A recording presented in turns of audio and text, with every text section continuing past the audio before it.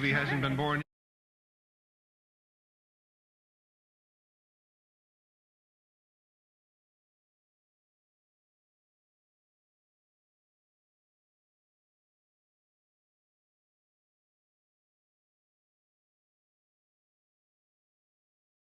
I see. We'll keep bringing you up-to-the-minute news bulletins. That's great, though. I dig your whole attitude to this thing. It's fascinating. Thank you. Yeah. You know what the most beautiful part is? The difference between the male and the female. Mm-hmm. You know, it's like he does his job 9 months before, and then he splits from the scene, you know? Yeah. And it kind of keeps the activity rolling, you know, as they say. That's a nice thing. I hope it never changes. Thanks, Lou. We needed that. Now we're going to bring out the remarkable gentleman that we were talking about earlier. This is what his book, or one of his books, he may have written thousands of them, looks like, titled, as you see, The Phoenix Oracle, Dr. Richard Ireland, the new Edgar Casey, he is called. True story of America's most outstanding psychic. I've been in this business for a long time, and I've worked with a lot of people to do mentalist acts, and I don't think it's telling secrets out of school to say that most of them are demonstrations for entertainment. But in this case, what this man does just puzzles me completely, and of course fascinates all of us. Mm-hmm. Here is Dr. Richard Ireland.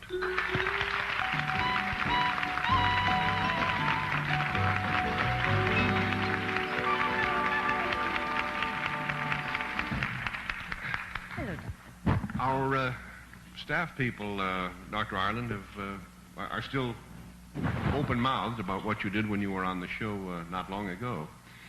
I've been reading your book at home, and it might be worthwhile, since not everyone who sees the show at this moment saw you the last time you were here, if we go over a little bit of your personal story. You were how old when you first began to feel you had this gift? I had gone into surgery, Steve, when I was only 5 years old for surgery on my eyes, and following the operation, although my eyes were taped and bandaged, surgically cupped, I discovered that I was able to play ball and do many things, and of course this made me sort of the spectacle of the hospital, the leper child of my family, and that was sort of the beginning. Mm-hmm. From there, it just sort of unfolded in a natural way, and I made my first public demonstration when I was 13 years old. I see.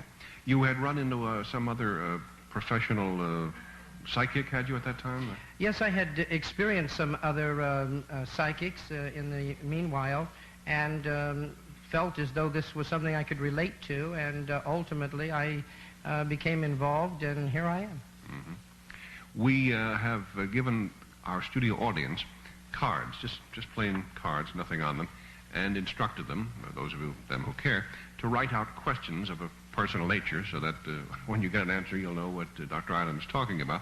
And they have been doing that. They're writing them right now, are they? Right. Would there be any value? Perhaps it might be interesting at home if we just turn on the house lights for a moment and show that some writing is going on at the moment, or perhaps the writing is all... Apparently it is. Nobody seems to be writing at the moment.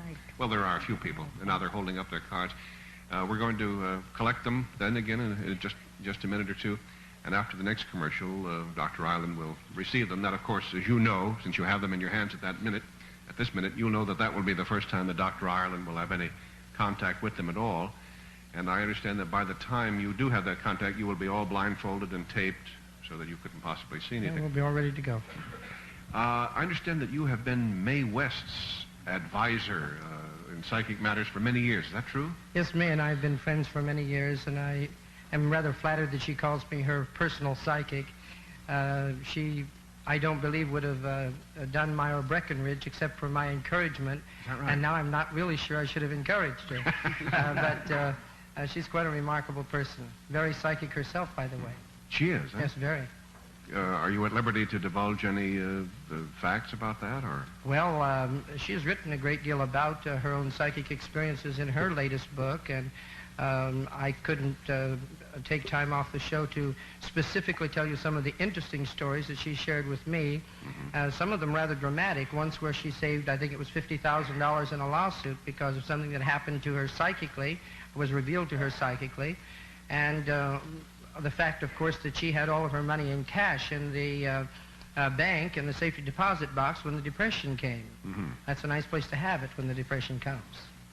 Have you been approached by any scholars doing research about psychic phenomena and studied by them? I've been tested in most of the leading parapsychology laboratories all over the world, and parapsychology is a science that studies extrasensory perception, from the University of Vienna to University of McGill, University of Panama, the Parapsychology Laboratories of San Diego, the Religious Research Foundations of Los Angeles, and so many other places I can't mention them all. There was years I've read in history books where they mention in Greek, the ancient Greeks had the Delphic oracle, and people would go to the oracle to find out things, and they'd have answers sometimes like, you know, if they want to know of a good day of battle, and they'd say it may rain tomorrow. That never... We call those weathermen now, Lou. That's a different thing altogether. You'll see Dr. Ireland in action right after this word.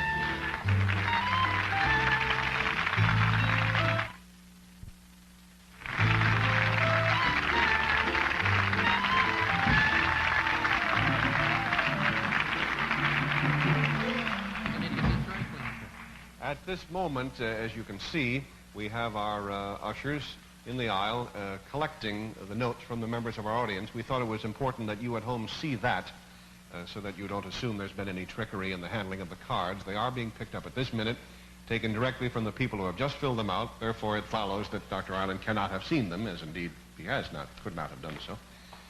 And they're being picked up by a member of our staff here, who all of us have in plain sight.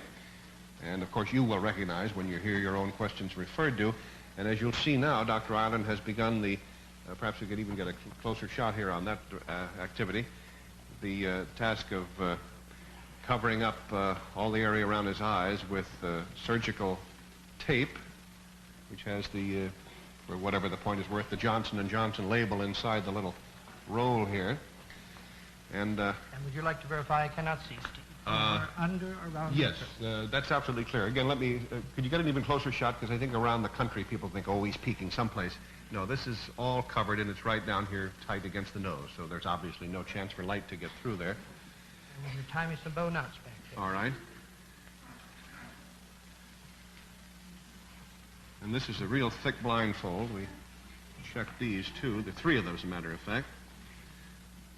It's amazing that even after I've put all this on, that certain skeptics who simply won't be convinced are inclined not to believe even then. Huh. Well, I'm generally skeptical about such things, but you sure covered me the other night. That's in case anyone thinks the holes are all lined up. Or that if, in fact, I might be peeking, and if the papers could be brought up here now, we'll get involved with those in just a moment. Marty, if you... Oh, they're already here. The other day I was accused of peeking out of here, Steve. Yes, people actually have developed... They'll make up any theory to avoid thinking that... Really, a lady told me that she thought I'd had a hole bored between my eyes and my nose and I could see out of my nostrils. That's the truth. Yeah. So now, as you can see, there's the tape completely under Dr. Ireland's nose. And I asked a doctor about it because I wanted to know, but he said it's physiologically impossible. I'd like to begin by saying hello to someone here by the name of Donna, and Donna, I believe, has written her paper in felt black pen. Where are you, please, Donna? Is it Donna like Cheston? Just stand up if you would. Can I hear your voice? Alston, that's close enough. I wanted to say that I do feel as though that you're a rather perceptive individual. You have a lot of capacity, especially in areas of foretelling events before they occur. And it seems that you have asked me something in regards to your husband, and I believe that your husband's in business with your father-in-law. Is that true, please? That's right. And can I tell you that things seem to be looking up as though they have not been just the way that they might be desired, but they do seem to be trending upward. There will be something good in regards to something to do with the Ozarks. Does that make sense to you?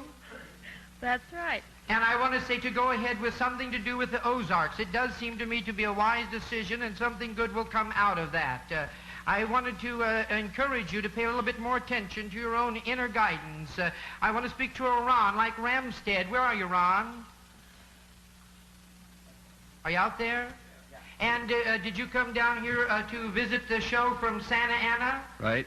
And we have not met before, have we? Never. It seems to me as though that you have an opportunity that was extended to me one time by Dr. Vasiliev at the University of Leningrad in Russia. You've been invited to go to Russia, isn't that true? That's right. And I seem to believe that you are going to go. It takes you into 1972, however, before you get to go. And it does seem as though that it will be a meaningful trip and certainly something that you should plan on doing. I wanted to speak to someone... Thank you.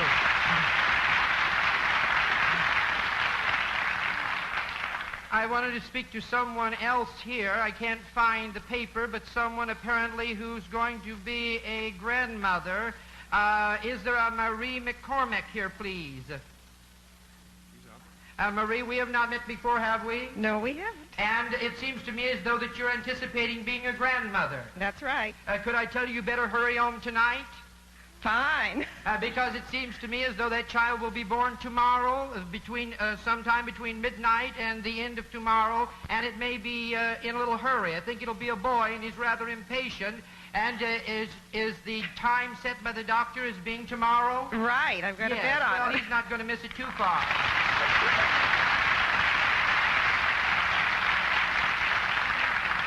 I want to say hello to someone by the name of Kathy, like Simmons or Simmons. Are you there? Yeah. And Kathy, I feel that are you here from South Pasadena? Yes.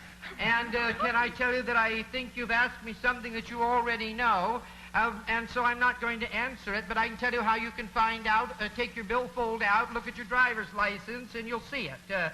I did feel, however, that there would be less money in your purse after next week because I see you rather actively involved in spending it, and something to do about a legal matter involving someone else that you've inquired about, and I want to say that someone's going to be imprisoned. Do you understand what I'm talking about, please? No. You don't know.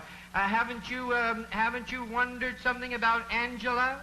Oh, uh-huh. All right. And I want to say hello to Alan now. Alan like DeBias, or DeBias. Labas. Are you there, Alan? Did we get an answer? He's up, yes. Okay, because it seems to me as though apparently you're not from this area. Would I find you originally from New Jersey? Yes. Would it be Lodi? Yeah.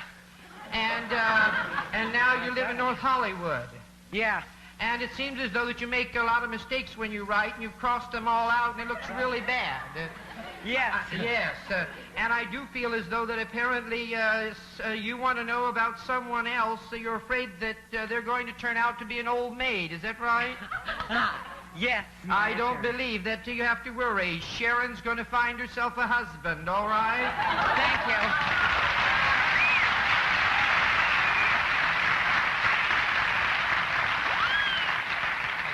I seem to believe that you're interested in showbiz from the standpoint of acting in some way, and I feel that you're going to have that opportunity.